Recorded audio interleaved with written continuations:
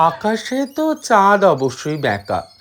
বাতাসে বাঁশি বাজছে কিনা জানি না, কিন্তু রাত 1:30টার সময় আমার পেটে ছুঁচোরা অবশ্যই বাঁশি বাজাচ্ছে। বড্ড খিদে পেয়ে গেছে। বুঝতেই পারছেন আমার ঘরের কি নাজেহাল অবস্থা। এরপর গুছোনোর পালা। এখন প্রায় রাত 2টো বাজতে যাচ্ছে, যেটা বললাম। সারা দিন ভীষণ খাটনি গেছে। আমাদের মতো ডিজাইনারদের পুজোর আগে একটা বিশাল টায়ার্ডিং সময় যায়। আমার অবশ্য এই সমস্ত কাজ করতে বরাবরই ভীষণ ভালো লাগে। সারাটা দিন বিভিন্ন ক্লায়েন্টের সাথে মিট করে সন্ধ্যে থেকে রাত পর্যন্ত বন্ধু বান্ধবদের হই হল্লা চলল এই ঘরে। এই ঘরটা দেখছেন, এটা আমার স্টুডিওর একটা অংশ, যেখানে আমি মিটিং করি ফ্যাশন সংক্রান্ত ব্যাপারে।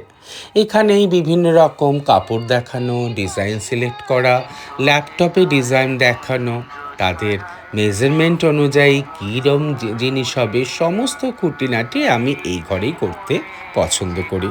এটা আমার ভীষণ প্রিয় ঘর।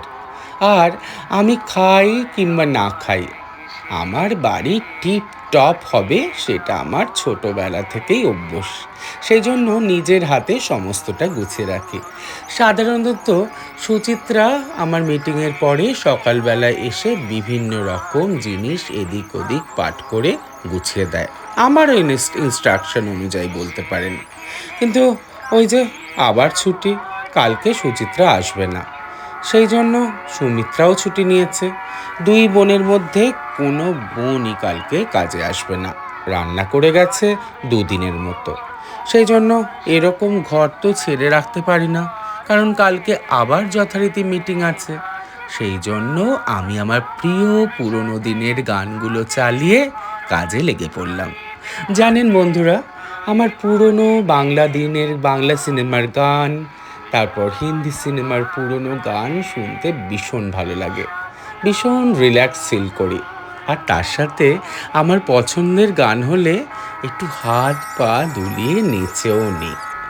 আমার আজকের দিনে দাঁড়িয়ে সেই পুরনো নর্থ কলকাতার কথা মনে পড়ছে। আমি বরাবরই যেমন নিজে সাজতে ভালোবাসি, আমি আশেপাশে সবাইকে সাজাতে ভীষণ পছন্দ করি। তখন আমার ক্লাস 12। স্কুলের গণ্ডি পেরিয়ে আমি স্কটিশ চার্চ কলেজে ভর্তি হলাম। আমার যখন থেকে জ্ঞান হলো, মানে ফ্যাশন বুঝতে শিখলাম 9-10 থেকে, তখন থেকে চিন্তা করেছিলাম যে আমি স্কটিশে ভর্তি হব। শুনেছিলাম স্কটিশ নর্থ কলকাতার বেশ ফ্যাশনেবল একটা কলেজ, সেজন্য পড়াশোনাও করব, ফ্যাশনও করব। আর আমি তখনই আস্তে আস্তে বিভিন্ন রকম জিনিসপত্র দিয়ে আমার আউটফিট করতাম আর কলেজে পড়ে যেতাম, বেশ প্রশংসাও পেতাম। তারপরে ফার্স্ট ইয়ার, সেকেন্ড ইয়ার এরকম করতে করতে আমরা inter college competition, fashion show, choreography বিভিন্ন জায়গাতে আমরা প্রতিযোগিতায় যেতাম। আর জানেন, আমরা কিন্তু সব সময় ফার্স্ট কিংবা সেকেন্ড হতাম। আর তখন আমার বন্ধু বান্ধবরা আমার পোশাক দেখে এবং আমার দাদার বন্ধুরা আমার পোশাক দেখে, পাঞ্জাবি দেখে বেশ ইন্টারেস্টেড হতো। আর আমি তখনই ক্লাস 12-এ মোটামুটি প্রফেশনাল ভাবেই কাজ শুরু করে দিই। প্রথম পাঞ্জাবিটা করেছিলাম দাদার এক বন্ধুর, মুন্নাদা। তারপর আস্তে আস্তে দাদার কত বন্ধুদের পাঞ্জাবি বানিয়ে দিয়েছি। আমার বাড়িটা শ্যামবাজারের শ্যাম পার্কের কাছে।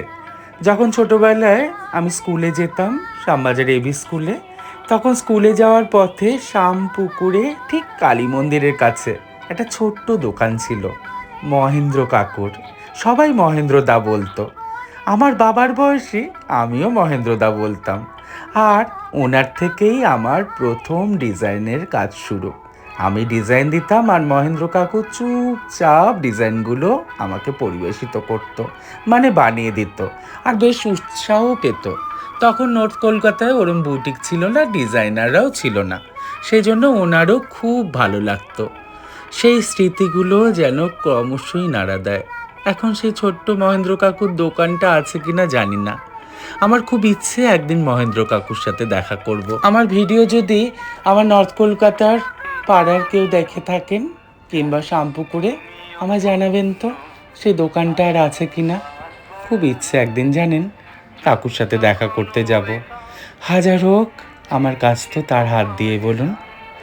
যাকগে, দেখুন, গল্প করতে করতে আমার ঘর গোছানো প্রায় শেষ।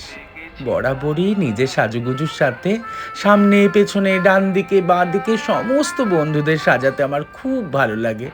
ঠিক তেমনই ভালো লাগে নিজের বাড়ি সাজানোর সাথে আমার পাড়াটা, সারা কলকাতাটা সেজে গুজে উঠবে। পুজোর আগে কি ভালো লাগে বলুন তো, সব কিছু পরিপাটি সেজে গুজে উঠলে। যাকগে, আমার এই আজকের এমনি ভিডিওটা আপনাদের কেমন লাগলো অবশ্যই জানাবেন। আর পুজোয় সবাই খুব সুন্দর করে সাজবেন, ভালো থাকবেন, সবাইকে ভালো রাখবেন, আনন্দে রাখবেন। আর যারা আপনার পাশে সাজতে চায় কিন্তু সাজতে পারে না, তাদেরও একটু সাজিয়ে দিন না। দেখবেন আপনার সাজ আরও মার্জিত হয়ে উঠবে, আপনি মধ্যমণি হয়ে উঠবেন। তাহলে আজ আসি, খুব ভালো থাকবেন, সুস্থ থাকবেন। বিদায়।